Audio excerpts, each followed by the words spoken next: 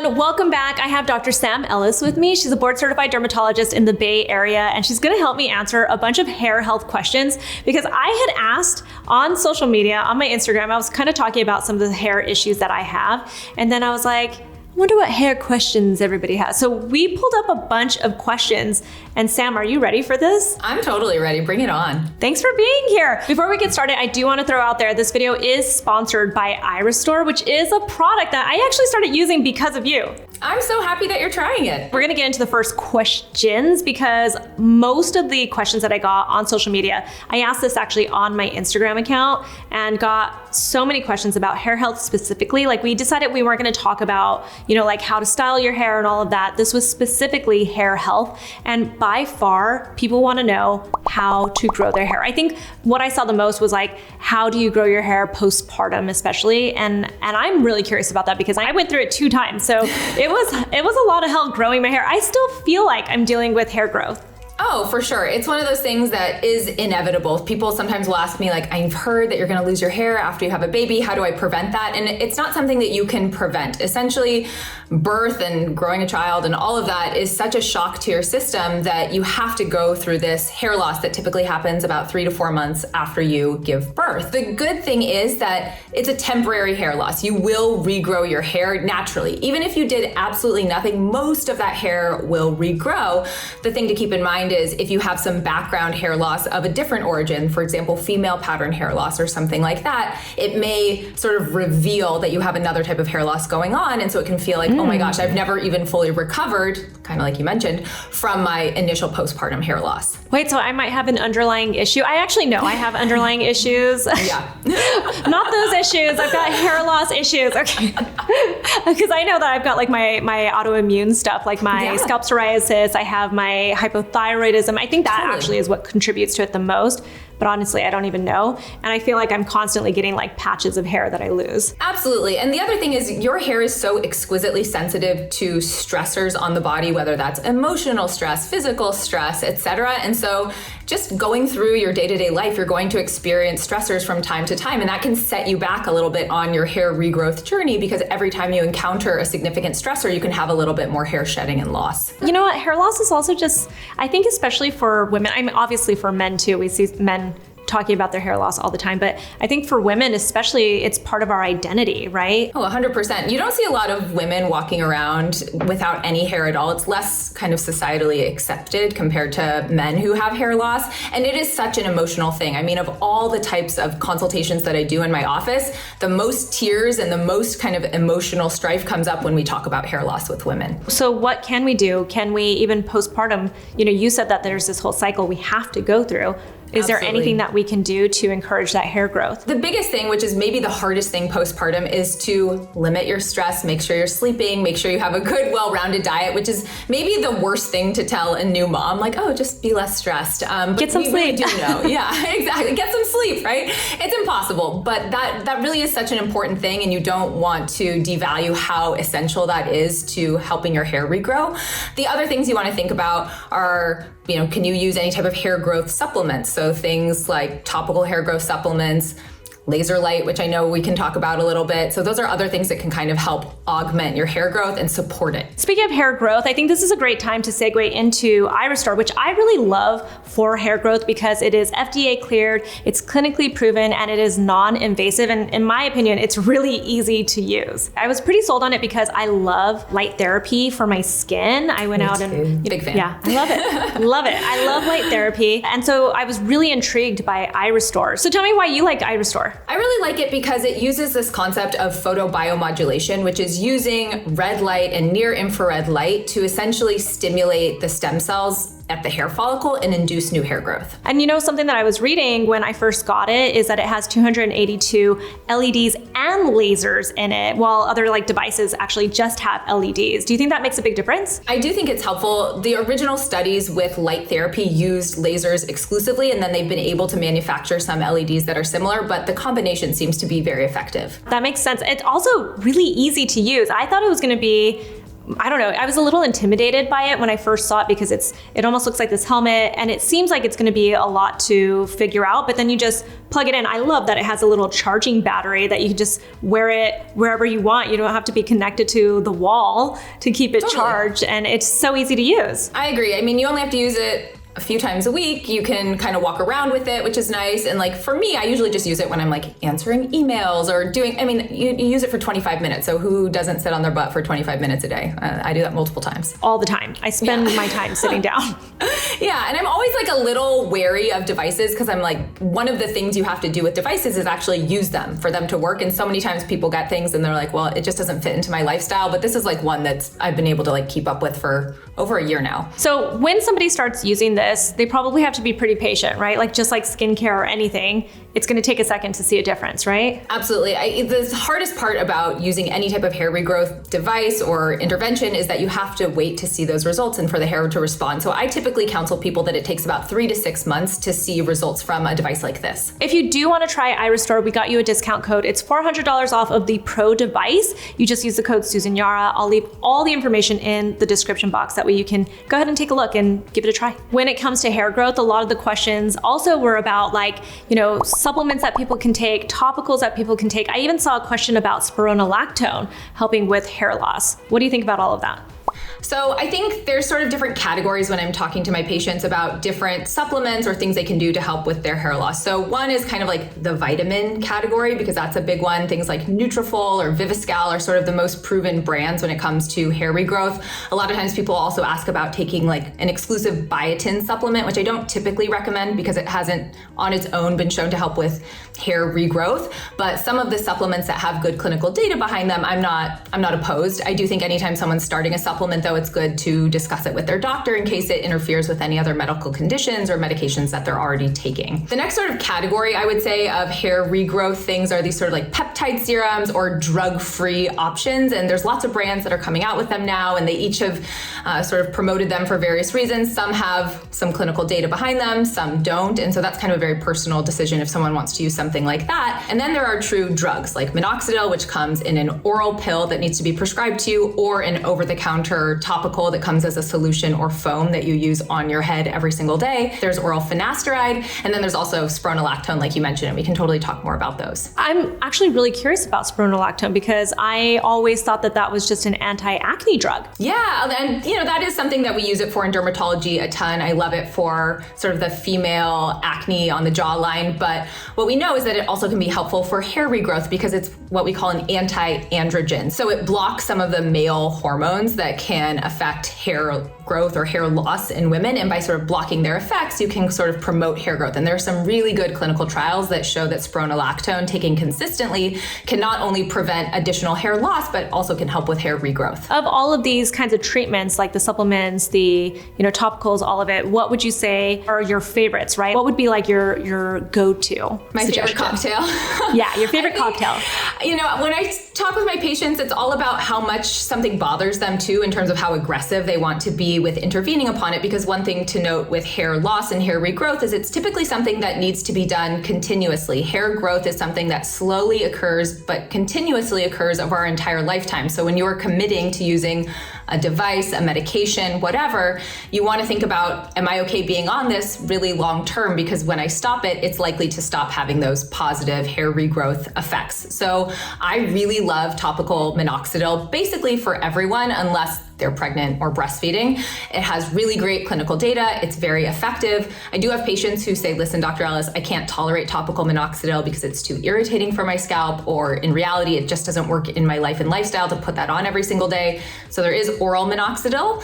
When you take it in an oral form, though, there are certainly more potential side effects because you're introducing that medication systemically instead of putting it exclusively on your scalp. But I love minoxidil. Finasteride, and there's another drug, dutasteride, that's sort of its sister medication, can also be used in certain hair loss individuals, but that's something that I really reserve for people who are beyond their childbearing years because it can affect how babies grow. And then the last one, spironolactone, I offer to basically anyone who's not trying to conceive or actively pregnant, because again, it can be really helpful for people. There are so many different types of hair loss, so it's really important that everything I just talked about is really for treating female pattern hair loss. So that's a very specific and most common kind of hair loss, but also if you have hair loss and you want to kind of think about treating it, it might be good to get a formal diagnosis to make sure that you're not choosing all those medications when you have a different type of hair loss that wouldn't respond to those. Like I would maybe think I was losing my hair or something because of female pattern hair loss, but I know from going to the doctor that I have a couple of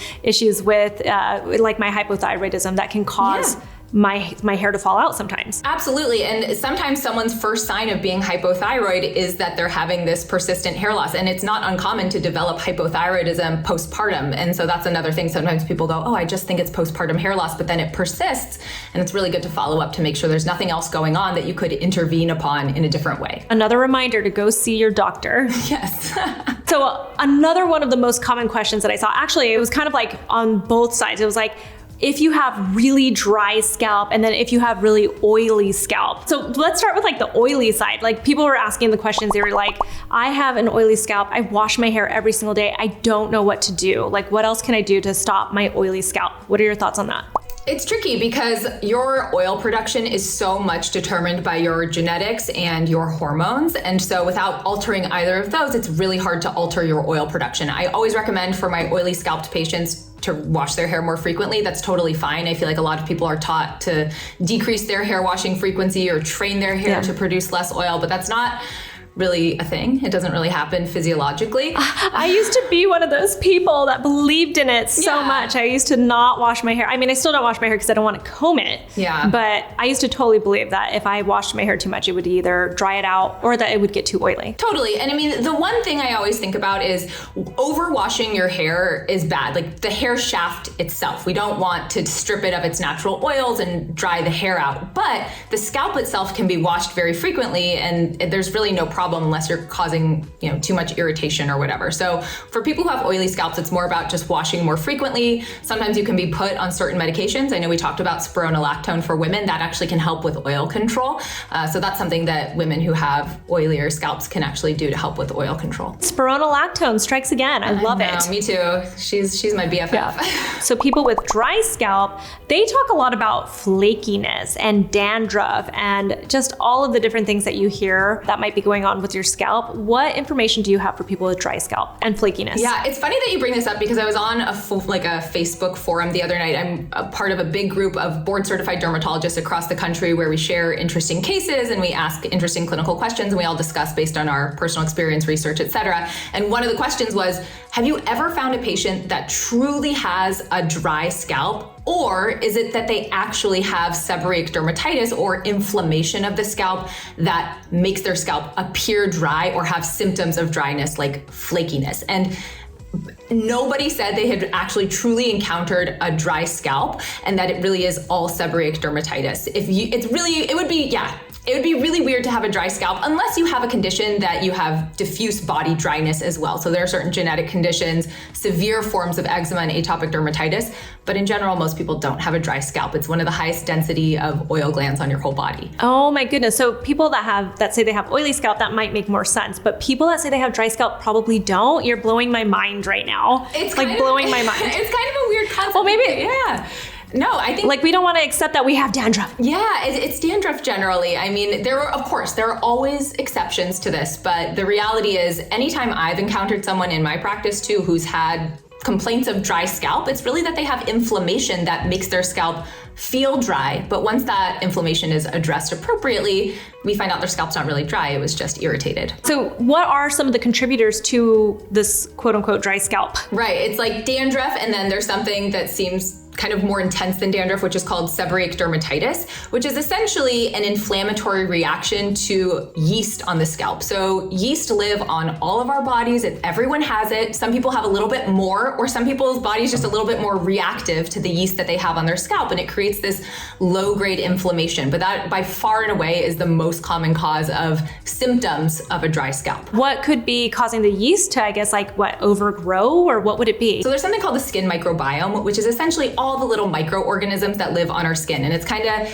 heebie-jeebie to think about, but we have tons of little bacteria and yeast, and everyone has different populations of bacteria. They have different amounts, and that balance of bacteria and yeast really is different from person to person. It changes based on your environmental exposures, what you eat, your stress levels, etc. And based on that bacterial and yeast sort of microbiome, it kind of can cause overgrowth for some people, more inflammation for some people, and it really varies over their life and lifetime. So what are some of the things that you can do for that? When people have this yeast overgrowth, there are certainly shampoos out there that can help decrease that burden. So ketoconazole is the medication that we typically prescribe, although you can get it over the counter in a 1% formulation. It's generally known as Nizoral. Tons of people use it. Tons of people like it.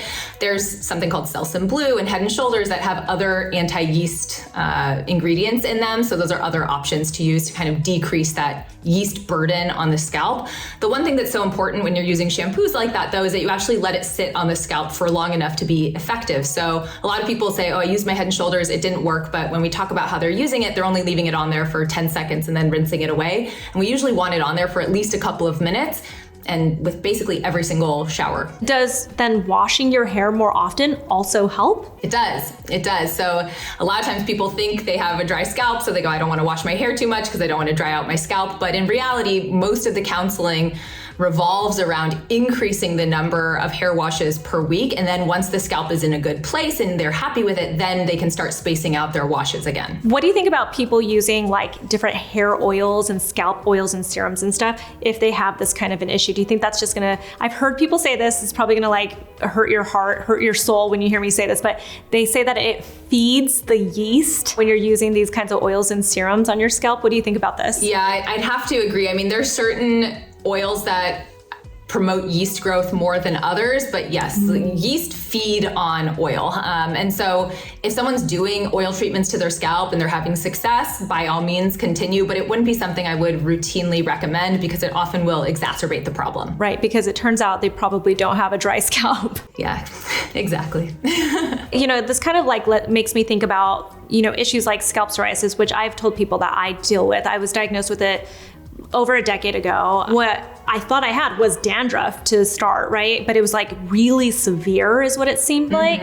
And so it got to the point where I was actually really embarrassed. I didn't even want to go into the office or anything because I was like, it looks like my scalp is like I'm having some kind of a weird reaction or something. Like It was so strange, and I didn't know what it was. I didn't know scalp psoriasis was a thing back then either. So when I went to the dermatologist, I was diagnosed with scalp psoriasis. But I saw a lot of people ask about like, well, what are ways to manage scalp psoriasis? And then what is the difference then between, you know, even like what you were saying, like dandruff or having some kind of inflammation of the scalp? Right, and it can be really hard to discern the differences. Even dermatologists can kind of struggle with it. It sort of goes on this spectrum of like dandruff, seborrheic dermatitis, and then there's something called psoriasis, which essentially has overlapping features of seborrheic dermatitis and scalp psoriasis. And then there's true full-blown scalp psoriasis. And the hard thing about scalp psoriasis is you can just have scalp psoriasis without psoriasis elsewhere on your body. Although if I'm trying to make that diagnosis in someone, I'm often doing a full skin exam on them to look for other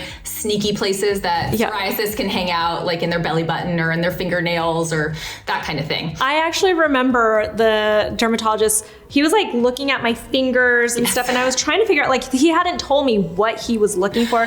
He asked my age and stuff, and he's like looking at my fingernails and everything, and he was like, do you know anybody else that's dealing with this? And finally I was like, well, what are you trying to figure out? Right. Then he explained psoriasis to me. Absolutely, and psoriasis can also be paired with arthritis, so joint disease, and so that's another thing I'll always ask is if they have stiffness in their joints or if arthritis runs in their family, because sometimes they can be overlapping. The good thing is you can kind of treat them all similarly in some ways. So they all respond really well to topical anti-inflammatory. So topical steroids is sort of a workhorse in the dermatologist's arsenal of things that they use to treat psoriasis because it takes down that inflammation. So with psoriasis, there's not really a yeast problem. There's an inflammation problem that's causing all this flakiness and perceived dryness. And so using topical steroids to help with that can be huge. Gray hair was a big topic. And actually, like for selfish reasons, I also want want to know about gray hair. Is there anything that we can do about it? It's tough. I mean, it's a huge space of research right now because you and many other people are really bothered by gray hair and they have to get their roots touched up with hair dye if they do want to cover their grays. And oftentimes that has to be done like every 3 to 6 weeks. So there's definitely room to improve that space.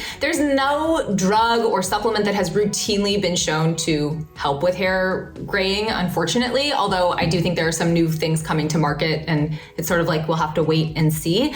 I do tell people if they experience abrupt graying of their hair, like they were all good and then all of a sudden all their hair is coming in gray, it's good to get a medical evaluation because there are certain nutritional deficiencies, autoimmune conditions, etc., that can manifest with graying of the hair. So it's good to get that explored. You know, and I think that's probably the best way to kind of like end this, because I'd seen questions about like what's like that powerhouse ingredient, like the equivalent of like retinoids for, you know, your hair or something. And I think really what it comes down to is healthy hair starts probably from like the inside out, right? It sounds so cliche, but it is. I know. No truer words. And if you feel like something's suddenly happening, there might be an underlying condition. Absolutely. Whether it's hair loss, change in color, change in texture, those all warrant an evaluation. Good to know. Thank you so much, Dr. Sam Ellis. I could like talk to you for hours and hours. And I do, you guys, by the way. I like send her text messages all the time. I'm like, what about this? What about that? What about this? She's a wealth of information. She is so awesome. If you're in the Bay Area, what is it, Danville? Yeah, Danville, right? California. If you're in Danville, go see Dr. Sam Ellis. She is so awesome. She really, really is. So she's really busy. I've been looking at your stories. You're like busy all the time now. Yeah, but never too busy for my patients. I love it. I love it. A reminder, if you're interested in the Iris store, you get $400 off with the code Susan Yara. It's on the Pro device specifically. All the information is in the description box. If you want to find Dr. Sam Ellis, you can also find her all over social media. She's on Instagram, she's on TikTok, she's even on YouTube, which I really love your videos, by the way. You give so much information. Oh, thank you so much for having me. It's been a pleasure. If you guys want to find me, I'm also on Instagram and on TikTok at Susan Yara, and we'll talk to you soon. Bye.